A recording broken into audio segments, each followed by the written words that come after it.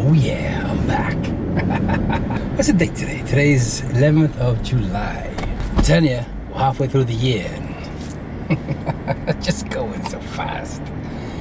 Oh yeah, today's gonna be vlog number 8, I guess. I could be wrong, I don't know. But I thought on the old ways of doing things, I used to upload every single day.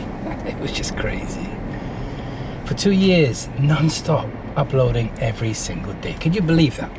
And now what I've done is maybe once a week I upload, or sometimes once every odd day, because I'm trying to understand my channel even better than before. And this time around I thought, let me test the waters with once a week, once every 2-3 days, and see the traction between videos and see what's it like. You gotta love it. You gotta love this content creating journey of trying out new things. And the beauty of this journey for me this time around, I'm on my own pace.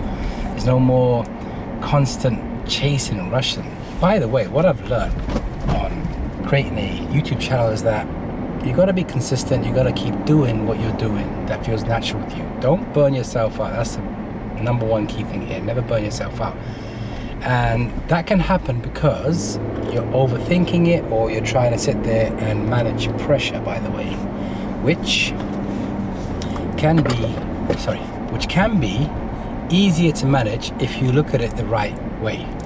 It's just changing the point of view for the way you see things, you see. That's what it's all about. Just change the way you see things. Now, if I would sit there and do something different, had I started from beginning, from scratch like I am right now, which I've already done, I've applied to my channel, is not sit there and just upload anything and everything just to, well actually, you know what, let me retract that statement.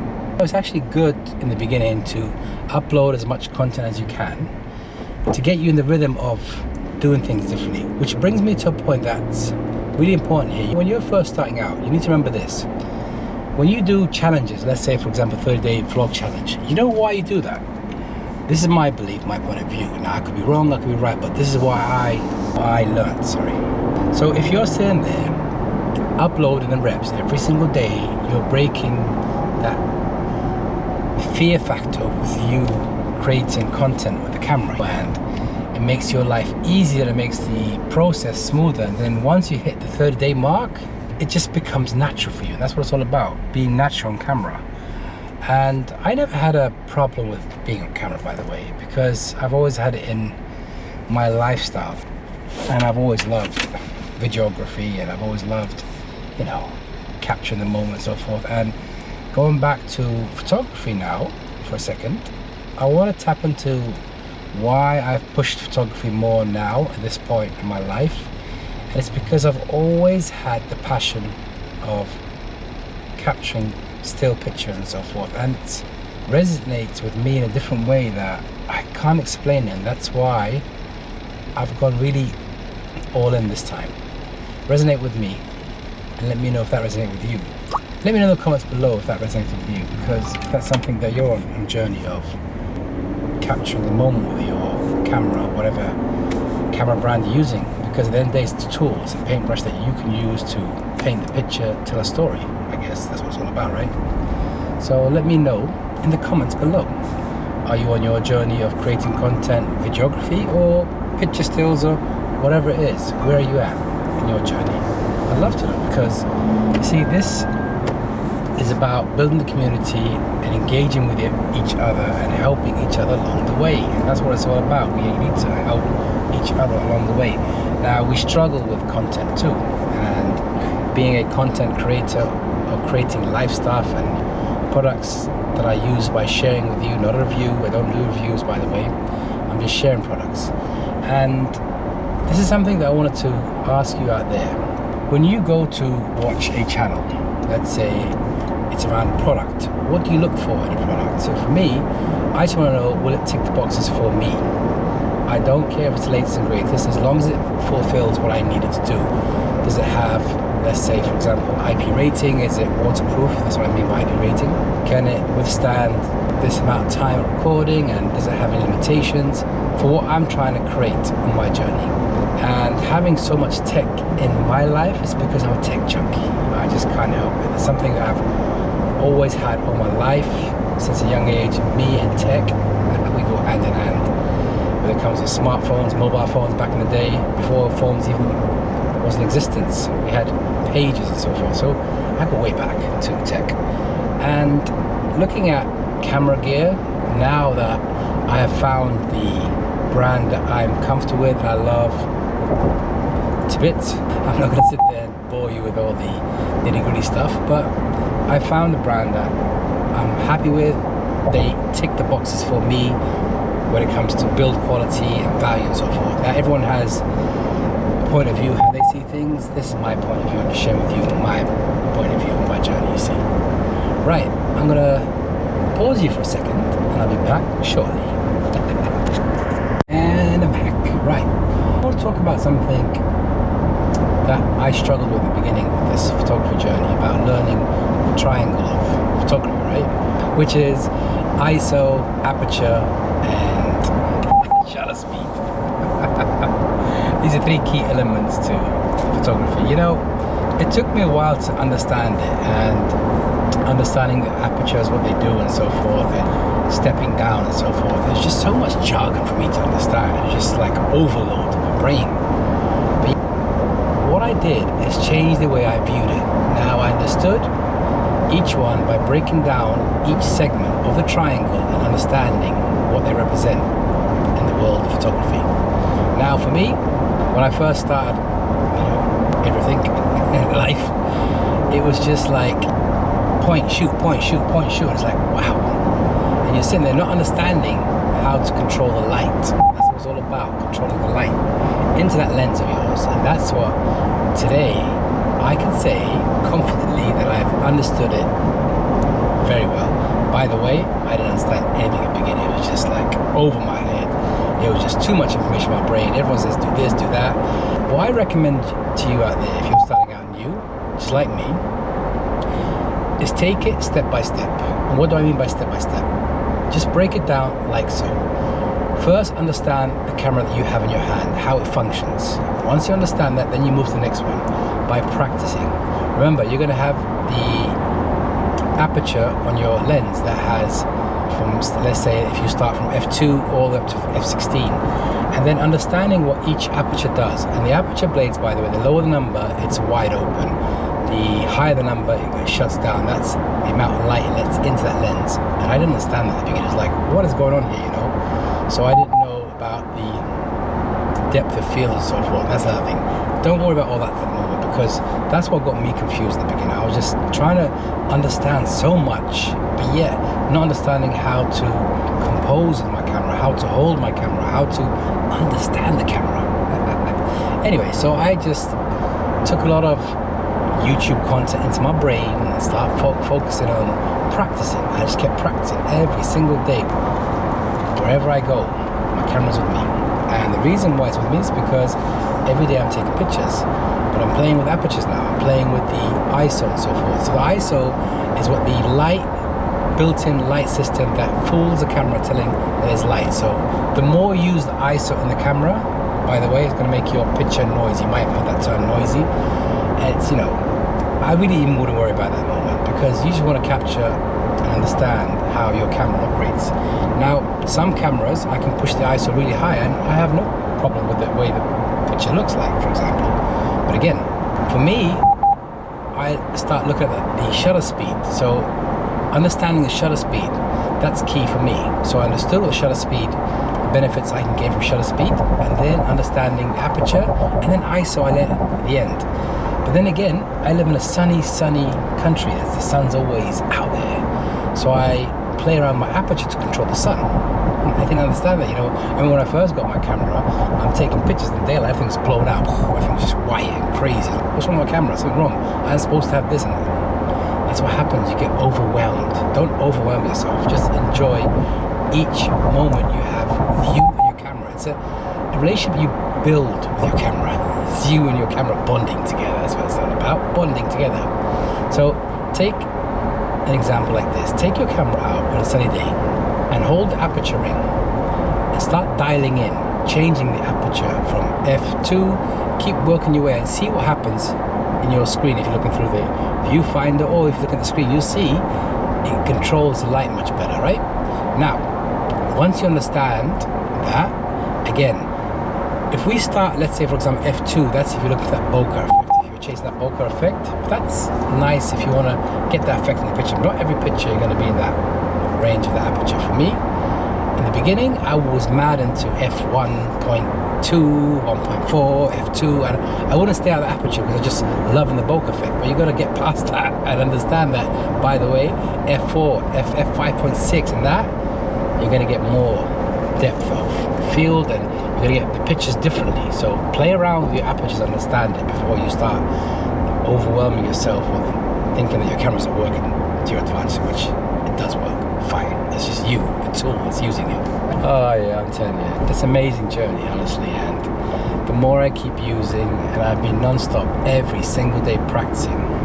We're human beings that we want everything now. We want to learn everything now. You can't. You've got to take baby steps. Honestly, do not try to run with your camera thinking that you know everything. Another thing you need to stay away from is videos that thinking that you use that lens. Listen, first get comfortable with what you have. If you only have, let's say, a 50mm focal length of the camera lens, get used to that first in the beginning. First understand before you start investing in lenses. That's another thing. For me, because I knew I'm going to be using different focal lengths, that's why I bought lenses for what I need. What I did is research what each focal length would give me as a benefit and worked on that. But yeah, it's a rabbit hole, let me tell you. It's a expensive journey. Well, you know what? You live once in life, right? You got to enjoy life. If you can afford it, why not? If you can't, well, one day you will. You just got to work for it, honestly. You got to work for everything in life. You got to believe in it. You got to believe in yourself, first of all, before anything else. That's what you got to do. Because I can see how anyone can give up easily using photography if it's a means of ways for you to find that, getaway for yourself. Because photography is something else, I'm telling you. When you're in that zone, when you're taking pictures and so forth, something I can't explain. When I'm on my Harley, I'm on meditation. That's what it's like. I'm like sitting there getting some therapy. Photography is the same too. So I found out photography for me is therapy too. So I got two modes in my life that give me therapy: photography and my Harley. I could add a third one as well when I jump into my 4x4 and go places and just enjoy the moment of being with nature alone. Right, let me pause you for a second and I'll be back. And I'm back. So, as I was saying, the journey of my photography, in the beginning, I was very excited when I got to a stage where I was just loving the lower aperture. And then I discovered that, hold on a minute, you haven't mastered what you have in your hand. So I started training myself more and more to understand each segment, as I said earlier.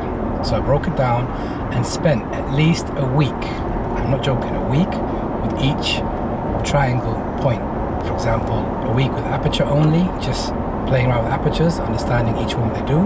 And then 1 week only with the shutter speeds, understanding the minimum to the highest shutter speed, what I'm going to gain and so forth. And then I went to the ISO. Now, you're going to see a lot of videos out there that also tell you, that don't push too much ISO because it creates noise and that so forth. It depends on the camera. That's what I believe. That's what I've discovered for me. I don't know. Don't quote me again. I'm not professional.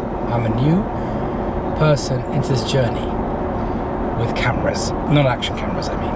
And what I discovered that it depends on the system that I'm using. If I use an SL system, I can push the ISOs high, really high end, and get some good quality picture without any noise in it. And with the M body or the Q, for example. So it depends on the camera that you have in your hand. Fujifilm as well. So it depends what brand you have. You can test out the limits. Don't be worried about, too much about the ISO noise and so forth, because some pictures actually look nice with noise in it. So it depends. Depends what you're trying to capture and so forth. Anyway, so that's what I've discovered so far, and I'm gonna keep pushing even more now with my own style. So what I said to myself when I first started this journey is what I set out to do on my journey when I started this photography, I said, I'm not going to do any edits. I want to capture the moment and then push it out to my laptop or wherever, and then see, can I get the picture how I like it? At the end, I'm going to start adding my little touches. Because see, every photographer out there has a magic touch. You know, if you follow certain photographers, that's their artwork. So you got to put your print on it. That's what I've discovered. So I've discovered that I already have a kind of look that I'm going for. And when it comes to videography, I like black and white. That's something I really love. Monochrome, amazing. So for me, you're going to see a lot of videos that could be a mixture of both color and monochrome, black and white. And this is what I like. I get it that everyone may not like black and white, but for me it's just, I think it's nostalgic and vintage. Drop me a comment below, let me know what you think. Do you like black and white or not? And I think with action cameras too, oh yeah, since we're talking about action cameras, let me just give you a quick update on my Insta360 Luna. So basically they reached out, so it's been I think more than a week now, right? So they responded back and they said it's not unrepairable, you're going to have to replace the damaged unit. So the screen's damaged, so they're going to replace it. And of course I had to select from my Flexi care, so I had to be charged another $59 I think to use the Flexi care to change me a whole unit. So I think what's going to happen is they're going to send me a brand new entire unit, so we'll find out. So it's now in that stage where I've paid the fees, which is $59. Now I'm waiting for what's going to happen next. So far this journey has been a very long journey to get the camera back. We'll see now. I paid it about 4 or 5 days ago, I think. I can't remember. But it's paid. Now I'm just waiting for my Luna Insta360 to come back, even though I have another one. But I wanted this one back, so at least my sons can play around with me while we're creating content. So I don't want to be using my other Luna for them, otherwise you know, I'm going to end up with another cracked screen. Oh, by the way, I also ordered some screen protectors for both my current Luna and the one that's coming back. At least that way I got that peace of mind protection, knowing that if that drops, at least it's going to be protected somehow better than the other.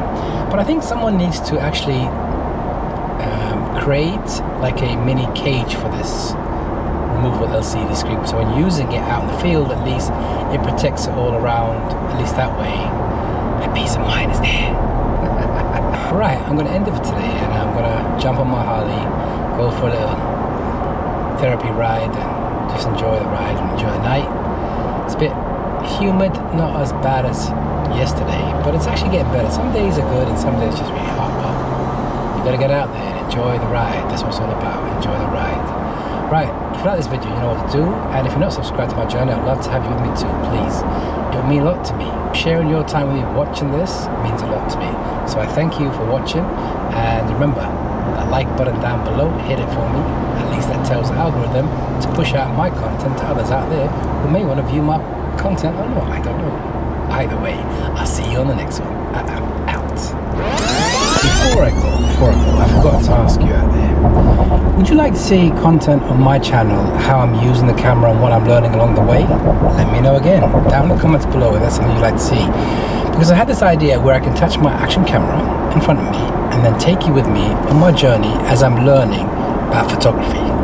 So if there's something you want to see on my channel, let me know. Now remember, I'm not professional. I'm like you out there, new. I'm trying to show you content. So if you want me to share that journey with you, let me know in the comments below. At least that way I can start setting up my camera and then taking you along with me on this journey too. Right, now I'm out.